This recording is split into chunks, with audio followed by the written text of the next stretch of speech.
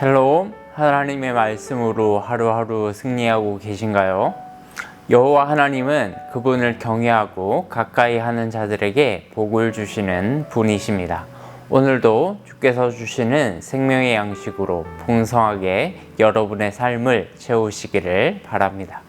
오늘 함께 보실 말씀은 역대하 23장 말씀 되겠습니다.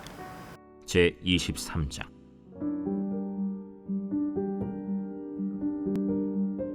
제7년에 여호야다가 용기를 내어 백부장 곧 여로함의 아들 아사랴와 여호하난의 아들 이스마엘과 오벳의 아들 아사랴와 아다야의 아들 마아세야와 시그리의 아들 엘리사밧 등과 더불어 언약을 세우매 그들이 유다를 두루 다니며 유다 모든 고을에서 레위 사람들과 이스라엘 족장들을 모아 예루살렘에 이른지라. 온 회중이 하나님의 전에서 왕과 언약을 세우매 여호야다가 무리에게 이르되 여호와께서 다윗의 자손에게 대하여 말씀하신 대로 왕자가 즉위하여야 할지니 이제 너희는 이와 같이 행하라. 너희 제사장들과 레위 사람들 곧 안식일의 당번인 자들의 3분의 1은 문을 지키고 3분의 1은 왕궁에 있고 3분의 1은 기초문에 있고 백성들은 여호와의 전 뜰에 있을지라. 제사장들과 수종드는 레위 사람들은 거룩한즉 여호와의 전에 들어오려니와 그 외에 다른 사람은 들어오지 못할 것이니 모든 백성은 여호와께 지켜야 할 바를 지킬지며 레위 사람들은 각각 손에 무기를 잡고 왕을 호위하며 다른 사람이 성전에 들어오거든 죽이고 왕이 출입할 때 경호할지니라. 레위 사람들과 모든 유다 사람들이 제사장 여호야다가 명령한 모든 것을 준행하여 각기 수하의 안식일에 당번인 자와 안식일에 비번인 자들을 거느리고 있었으니 이는 제사장 여호야다가 비번인 자들을 보내지 아니함이더라.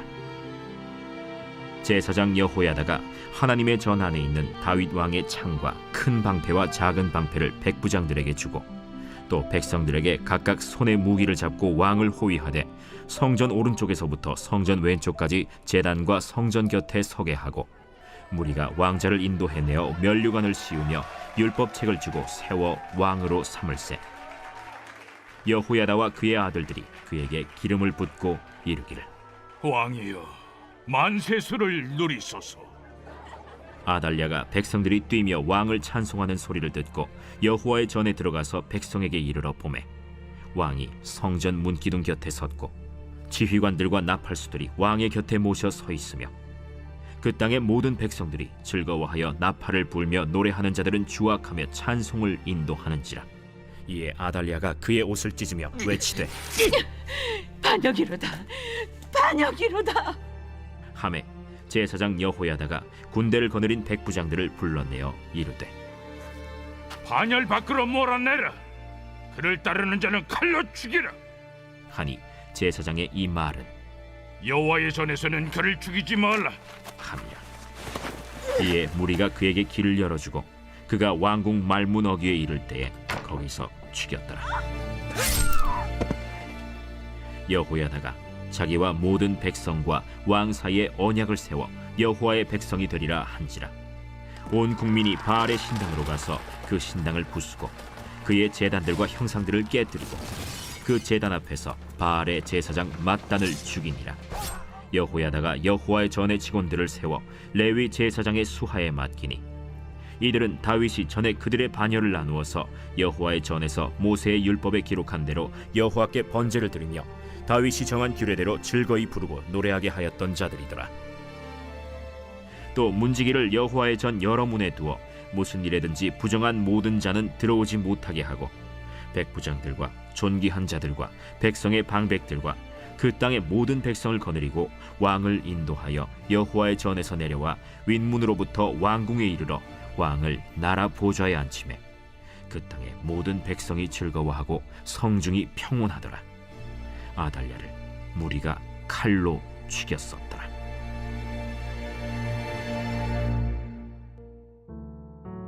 오늘 본문은 제사장 여호야다가 아달랴를 몰아내고 요아스를 왕으로 즉위시키는 이야기를 담고 있어요. 또한 온 백성과 더불어 영적 개혁을 주도하는 모습이 그려져 있습니다.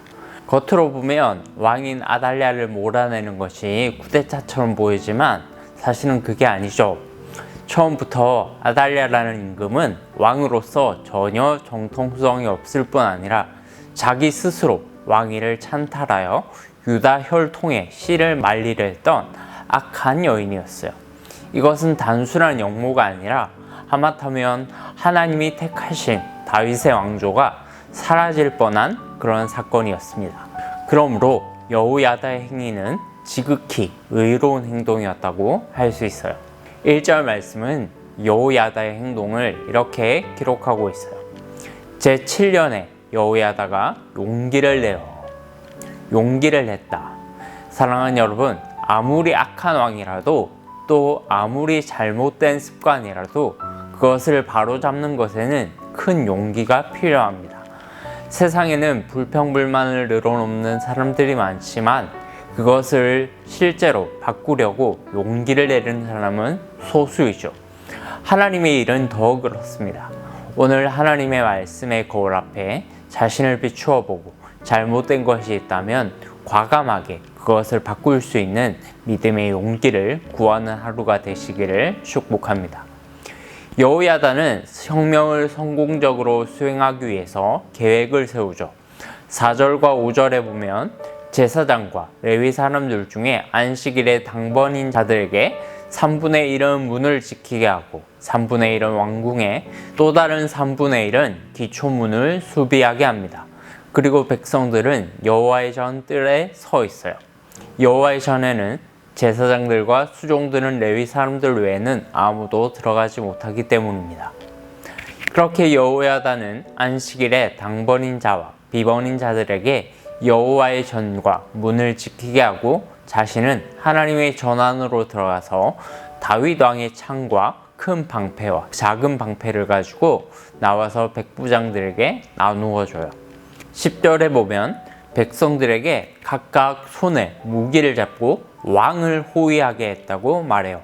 여기서 왕은 아달랴가 아니라 요아스를 가리키죠. 역대기 저자는 요아스가 왕으로 즉위하기도 전에 그를 왕이라고 지칭함으로써 다윗 계보의 혈통만이 유다의 왕이 될 수 있음을 강조한 거예요. 사랑하는 여러분, 아달랴가 그렇게 잔혹하게 유다에 있는 모든 왕자들을 죽였음에도 불구하고 하나님께서는 요아스를 살려주셨어요.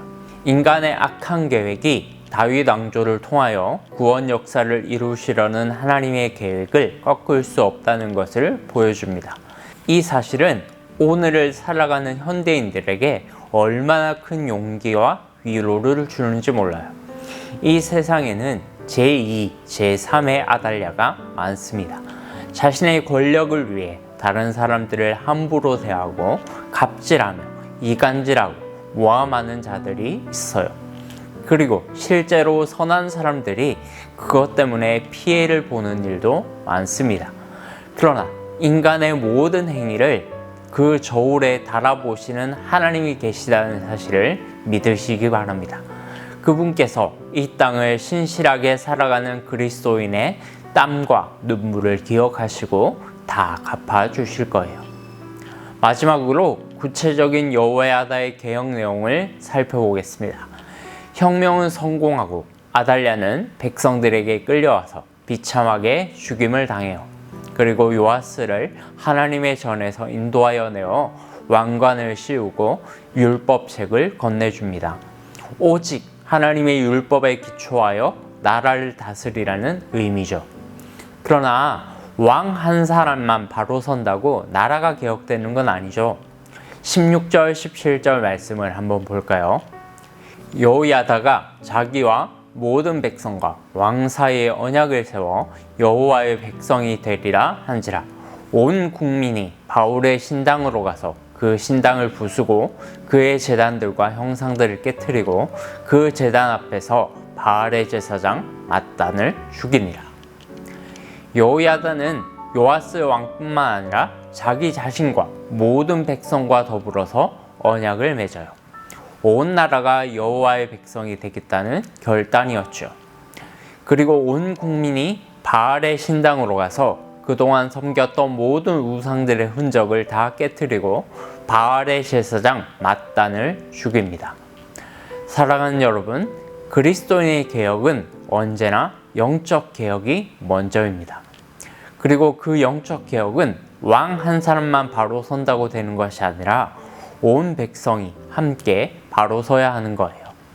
오늘날 교회 개혁의 사명은 목사 한 사람만 지고 가는 짐이 아니라 모든 성도가 함께 지고 가는 짐이라는 것을 기억하시기 바랍니다. 하나님보다 더 사랑하는 것이 있다면 그것이 무엇이 됐든 다 깨뜨리시기를 바랍니다. 그것만이 우리가 살 길이에요. 오늘도 철저하게 하나님 앞에 자신을 내어드림으로 개인과 가정과 교회와 온 나라 안에 거룩한 개혁이 일어날 수 있기를 기도하는 복된 하루가 되시기를 축복합니다.